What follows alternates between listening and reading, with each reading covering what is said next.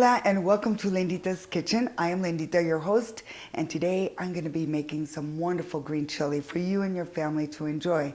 So let's get started on that process right now. Now we have our green chilies and they are roasted. You have a couple of options. Either you can get them and put them in a Ziploc bag, and for this recipe you'll need 4 cups. So that's what I do, is I put it in a quart bag, zip it up just like this. And once you're ready to have your green chili, you take it out of the freezer and thaw it and just run it under the water in the sink and get your chilies roasted. So now we're going to get ready to show you how to peel them. Okay, now we have them. We're going to put them in our strainer here.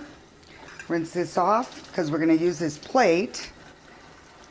What you want to do is, once you get the chilies, you run them through the water. You take the stem off just like that. Peel them. You can always wear gloves too if they're really hot chilies, right? You can take them, open it up, and remove the seeds and the veins. A lot of the heat is in the veins too, so look how pretty that is. Mira. Okay. And what you could do also with these is add them right, look how pretty that is. It comes right off, and when it's frozen as well, it'll do the same thing. And I'm going to put these aside because I'm going to do some quesadillas. I'll show you later. Look how beautiful that is. So now we've got our pork cooking, and I've got 2.5 pounds of the cube pork.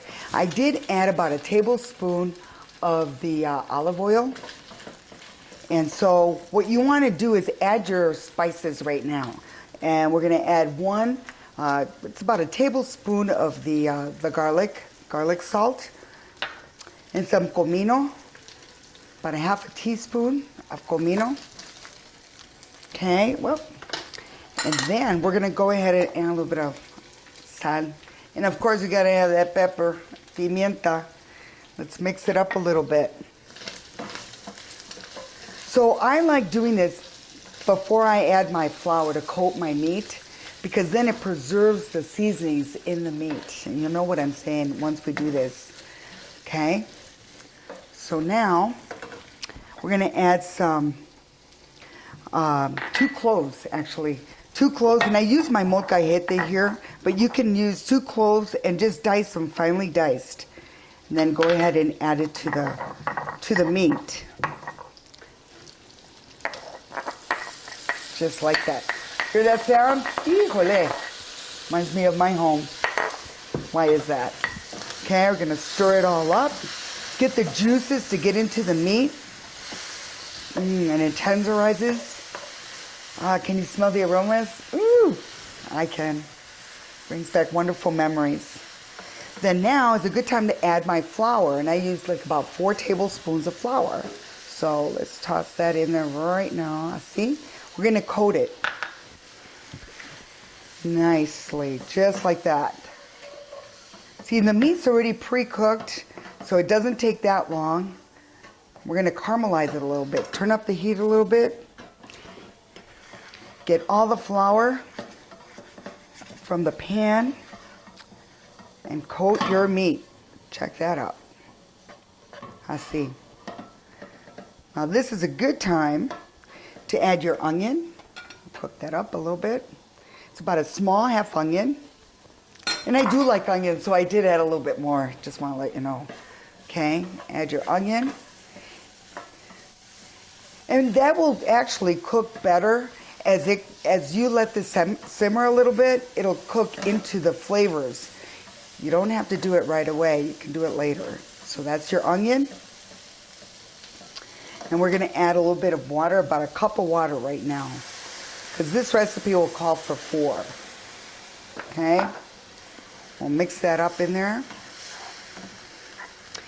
And then I did use the large can fire roasted tomatoes, and I did use the whole.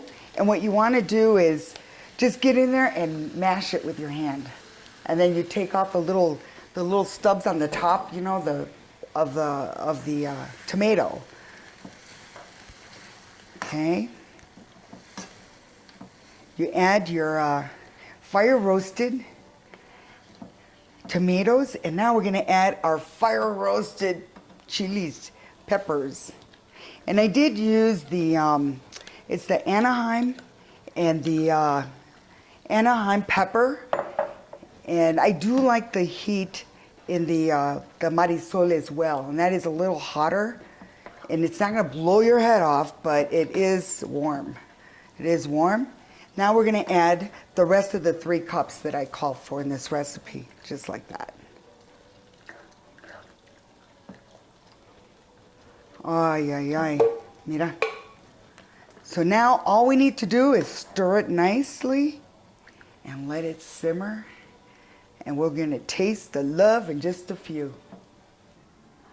Now check this out. Green chili is done. I made some quesadillas with, you know, the green chilies that I had showed you earlier, the preparation. I chopped some up and I made some quesadillas, so I put it right in there. I've sliced up my quesadilla.